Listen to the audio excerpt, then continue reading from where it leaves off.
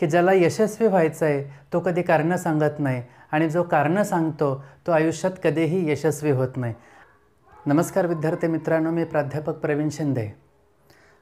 Students कट्टा या YouTube चॅनलमध्ये आपल्या सगळ्यांचं सहर्ष स्वागत करतो.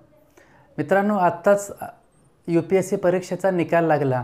या UPSC परीक्षेच्या निकालामध्ये आपल्या कोल्हापूर जिल्ह्यातील एका छोट्याशा खेडेगावामध्ये राहणारा आणि एका मेंढपाळाचा मुलगा या परीक्षेमध्ये 551व्या क्रमांकावरती आला.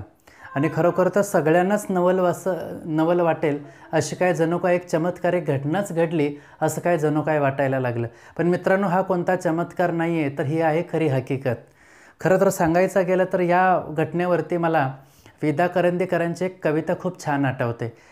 असे जगावे दुनियेमध्ये आव्हानाचे लावून अत्तर, असे जगावे दुनियेमध्ये आव्हानाचे लावून अत्तर, नजर रोखुनी नजरेमध्ये आयुष्याला द्यावे उत्तर. मित्रांनो, आयुष्याला खरंच उत्तर द्यायचं असेल तर तुम्हाला खूप मोठ्या प्रयत्नांची पराकाष्ठा करावी लागेल.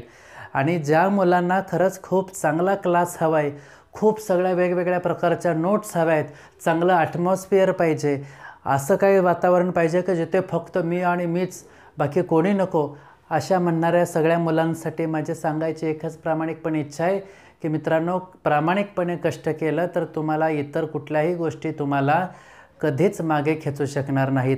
आणि याचं जिवंत उदाहरण म्हणजे आत्ताच आपल्या कोल्हापूरच्या जिल्ह्यातील नवखा तरुण, ज्याने खरोखर सगळ्यांच्या डोळ्यामध्ये एक आशा पल्लवित केल्या की खरोखरच परिस्थिती कितीही बिकट असली तरी त्या परिस्थितीवरती कष्टाने, प्रामाणिकपणे, अभ्यासाने मात करून खूप चांगलं यश मिळवता येतं.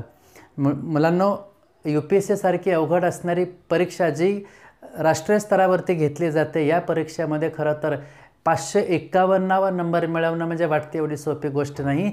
आणि सगळ्यात महत्त्वाचं म्हणजे की वाटते तितकी अवघड देखील नाही. फक्त हे यश त्यालाच मिळतं ज्याच्यामध्ये करण्याची ती धमक असते. आयुष्यामध्ये कारणं सांगायचे आहेत, तो कधीही यशस्वी होणार नाही. आणि ज्याला यशस्वी व्हायचं आहे तो आयुष्यात कधीही कारणं सांगणार नाही. ही गोष्ट अतिशय महत्त्वाची आहे. कारण की मित्रांनो, जर एखाद्या छोट्याशा खेडेगावातला आणि मेंढपाळांच्या वातावरणात वाढलेला, आपले वडील मेंढपाळ असताना त्यांच्याबरोबर त्यांच्या कामामध्ये मदत करणारा जर एखादा विद्यार्थी जर समजा IPS अधिकारी होत असेल तर मला असं वाटतं की त्याच्यापेक्षा दुसरी चांगली गोष्ट होऊच शकत नाही. आणि म्हणून माझ्या सर्व विद्यार्थ्यांना परत एकदा विनंती आहे की खरंच तुम्ही प्रामाणिकपणे कष्ट केलं, प्रामाणिकपणे अभ्यास केला आणि सगळ्यात महत्त्वाचं म्हणजे आईवडिलांच्या कष्टांची जाणीव ठेवली तर मला असं वाटतं यश तुमच्यापासूनसुद्धा दूर नाही. तर ज्या प्रकारे एक मेंढपाळाचा मुलगा जर समजा IPS अधिकारी होत असेल तर मला असं वाटतं की चांगल्या चांगल्या शहरांमध्ये राहणारी मुलंसुद्धा होऊ शकतात.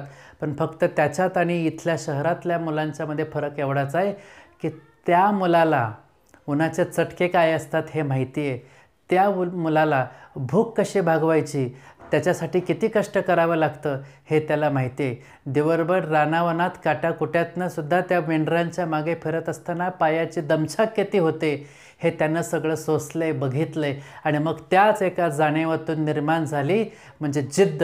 आणि त्या जिद्दीच्या जोरावरती खरं तर बिरोदेव नावाचा मुलगा आज खूप मोठा अधिकारी झाला. अभिमानास्पद गोष्ट आहे. प्रत्येकाचा आयडॉल म्हणून खरं तर आज तो पुढे आलेला आहे आणि प्रत्येकाने त्याच्यातून आदर्श घ्यावा एवढंच मला असं वाटतं. आणि स्वतःचं भविष्य उज्ज्वल करावं. मित्रांनो, जर हा व्हिडिओ आवडला तर नक्कीच हा चॅनल सबस्क्राईब करा आणि आपल्या जवळच्या मित्रांना शेअर करून एक लाईक तरी नक्कीच द्या. थँक्यू.